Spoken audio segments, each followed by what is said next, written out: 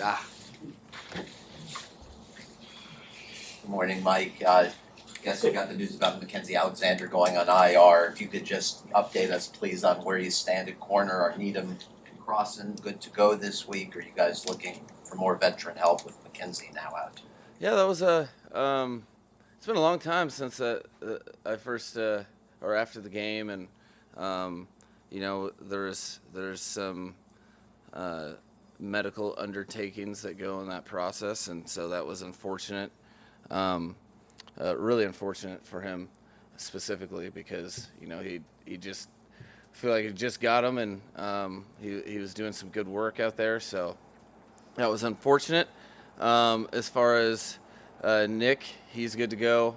And then Keon's day to day, just really trying to be proactive and not stress a guy that's been really getting better and doing good things. So as it stands right now, we are a week away from the final roster cuts around the league. Right now, all that means is there's some guys that have been getting opportunities that will continue to get some good opportunities. I feel pretty good about all the development that we've had at that position, and there's it's kind of twofold. I got the whole coaching staff really just focused on these guys taking advantage of their opportunities and making sure that they continue to progress and correct, which is the nuts and bolts of how you're successful in this league. While Chris and his staff are kind of preparing for who's going to be out there in a week, so that we can make the best decisions for the 53 for the Miami Dolphins. So this is the nature of NFL football. And I would be a lot more concerned if I didn't really like the guys that are on our roster that really did some good stuff on Saturday. Coach Tua, when he was asked about the run game after the Raiders game, he mentioned that a lot of the plays were very basic plays and things like that. Do you expect that to continue this week in joint practices in the preseason finale, or do you plan on switching it? No, I would. Again, like I told you, I'm pretty well versed in preseason football, and know I look at it more like, okay, what are we going against? How are they playing, and what should we do? Are things in the run game a product of 3 or 4 guys and how they're operating, or is it one player on each play? More than anything, really, this preseason, we haven't got stuff going because it's been 1 or 2 guys off, which I'm more concerned about the players, whether they learn from that or not. Joint practices generally have you're a little more comfortable doing not the 101 version of your run game, pass game, defense. So, but I wouldn't see myself. Again, I look at a collection of things. I want stuff to be better from that Raiders game, and I want us to run the ball well. But at the same time, I think our players are pretty confident that, and the coaching staff I know is that we're going to be fine moving forward. We just have to get better from stuff. That's what I'm concerned about. So my philosophy is not going to change. That's something that's par for the course in preseason. Sometimes, depending on what the other team is trying to work on and do, and what they're concerned about, sometimes you have awesome. I think I've had 180-yard running games in seasons that you haven't finished high in rushing yards, and vice versa. So it's just kind of par for the course. Getting back to the cornerback position, because things are so basic in preseason, when you're evaluating guys, you want the guys that it comes easy to the basic stuff, right? You can work with the guy that does the basic stuff, right? Right. No, and you're also doing on both sides of the ball, you're really trying to be basic for that sense, because you want to see how they can perform without schematic help necessarily. You're offensively and defensively, you call games different because you are trying to. There's a portion of it that you're really trying to not just hold back the stuff that you're going to do in the regular season, but you're also trying to put people in positions to prove themselves. We had a ton of man coverage in this game, in this past game, a ton of it for that reason, so that we could evaluate people at all positions, and that's a very important thing. Now we might show up at games and do the same thing, who knows? But the purpose of doing it was just for the reason you're talking about, because we're trying to evaluate and see how people can do the fundamentals and technique that we talk about at length each and every day. Mike, do you find it easier to evaluate and analyze players in those specific situations you could put them in joint practices, as opposed to the game format of preseason? And also, what are you looking forward to most in joint practices? Yeah, the joint practices are easier because there's there's a good majority that you can dictate the terms. You make sure you get a certain amount of plays. You can dictate how much run versus pass. Those things are kind of controlled. Whereas in a game, you can't control whether or not you have multiple possessions in the first quarter, and you can't really determine whether or not people call games off of the momentum of it. So you end up adjusting to what's being called or trying to dictate the terms with what you call. So it's a lot easier there in joint practices, really. That is my favorite part of the preseason in general, is when you do get those opportunities to practice against other people. And you're really trying to. It's such a great opportunity for both sides of the ball to defend against and to run your offense against different techniques, coverages, alignments, assignments, all of that stuff. That is what you have to do to be successful in an NFL season, is adjust. So it is really fun. It breaks stuff up. We've been doing this. I feel like I've been meeting you guys in this room for a couple months now. Maybe it's been one, but training camp does, it does get monotonous to guys, and so it's a great way to really break stuff up and make sure you keep that competitive nature going through the process and before you start preparing for your week one opponent.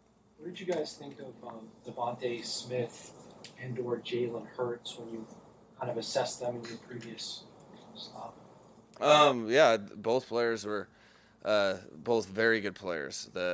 I think that when we were evaluating him, we knew him as Slim Reaper. That dude is awesome. Like, he's really respects his game, how he goes about his business. And I've always had a intrigue with guys that can be on the slimmer side and play the game physically.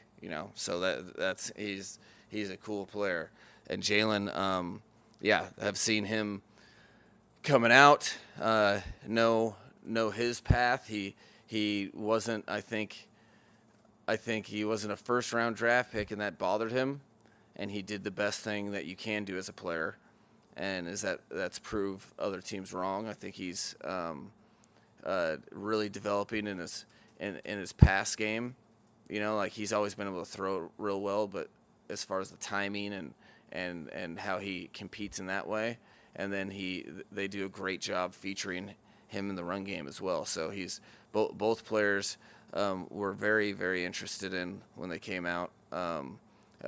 We just specifically the Slim Reaper, we knew we weren't going to have an opportunity to draft him, but we thought it would be cool if we could. I know you like to be true to your process before. Oh, the process. It's always about the process.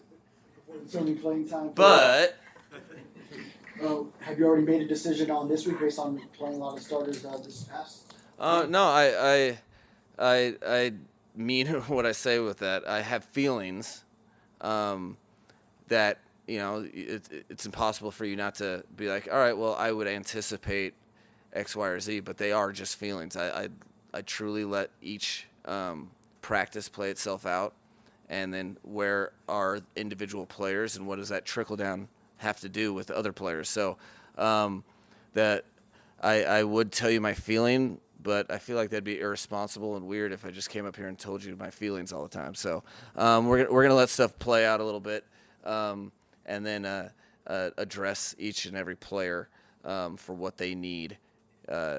Whether and there's also a lot of things that go on. There's a lot of decisions to be made. We have a good amount of depth at a lot of positions. We have NFL players really scratching and clawing to make the roster. So I do not want that decided anywhere but the field. So those guys have to get themselves in there too. So lot to do, a lot of exciting stuff for Miami Gardens this week with the Philadelphia Eagles for every single player on the roster, because this is where everything comes to fruition, and you get to find out who your group of men are that you're going to war with for the upcoming season. Mike, so what are your feelings if you were to? I thought we just discussed that. I know. If you were to not play most of your starters this week, you would be going into the regular season without seeing "quote unquote" a dress rehearsal for most guys, like for Tua playing with Hill and so forth. Would you be comfortable with that based on how they've looked in practice? Yeah, I mean, in theory, I could go. I really like where we've developed on both sides of the ball. In theory, you could. I think what you guys are seeing across the league is a bunch of organizations and coaching staffs and head coaches trying to adjust to 3 preseason games, because there's way more variance in the protocol. You could almost it was like clockwork when it was 4 preseason games. But it's not just that it's only 3, it's that there's 2 weeks until the regular season begins. So those compounding variables make it kind of tricky. I believe the Super Bowl champions last year didn't play anybody the entire preseason. I know Matthew Stafford didn't. So, but then, philosophically, it kind of gears everything towards my belief anyway, which is it is case by case, and I don't like absolutes. I think there's a lot of people in that same boat, because there's not an exact formula. You're trying to get guys to play together, and you want those opportunities. Well, some guys that's not as big a deal for, because they're vested veterans that have done it, that have 100 games under their belt or whatever. Then you're also trying to weigh the risk that everyone undertakes every time they're on the football field. So it's really a maddening, non-perfect formula, but I feel very I'm happy, and I feel like I'm very lucky to be able to have that burden of decision on my plate. So that's something that I don't take lightly, trying to figure out the best formula for the final product. But to do that for me, I have to just let the process play out and ignore my feelings, which I don't think you're that interested in. Because right now I'm hungry. Is that worth writing? Yeah. Oh, well, I am hungry. Maybe I'll explore more feelings moving forward. how hopeful are you that when Alec Ingold is able to play in games, that he will have a positive impact in the run game? In what ways can he help? Oh no, he's you know, the fullback position in general is something that I believe does assist a lot of other players, not just his assignment, but how offensive linemen are able to execute their stuff. So I firmly believe in that. I guess you know what, I'm feeling in a great mood. My feeling is that Alec will get some time here Saturday for that very reason. Boom, there we go. But it is a good it is a asset that not just that position in particular ultimately affects really all the positions with how to do their job when you're schematically setting up a play. So it'll be exciting to see him get some joint work without a red jersey, which is, by the way, one of the more confusing things, fullbacks and red jerseys. But nothing we haven't been able to handle. It's just another obstacle we've had to climb this offseason. But I think it will be cool to have him out on the field this week, and hopefully everything goes well so that we can see a little bit of him on the game. Final question. Coach, we saw Hunter Long get some pretty good run in the game on Saturday. How would you kind of measure his progress since you've been here? Oh, Hunter Long had a very good week of practice in particular.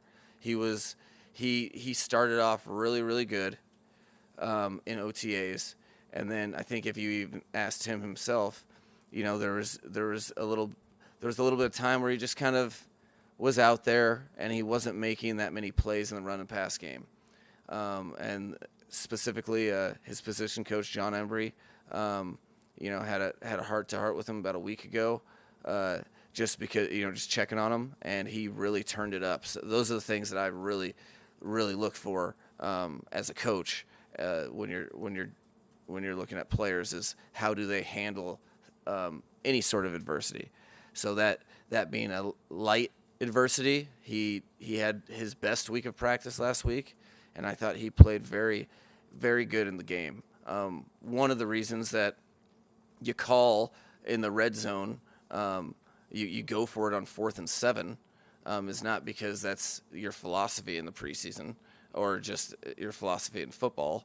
I was excited for a 4th and 7 play to be called because I wanted to see what players would do what, in a big moment. All right, it's 4th and 7. Do they all of a sudden make stuff up and go rogue, or do you see their best version of whatever route they're running on the field? And Hunter was in on that play, and he ran one of my favorite routes on the concept we ran that he's ever run. That told me a lot. That was cool to see, and I think I'm excited for him in the joint practices to build upon specifically his last week of work, which I thought was outstanding. Thank you guys. All right. Thank you.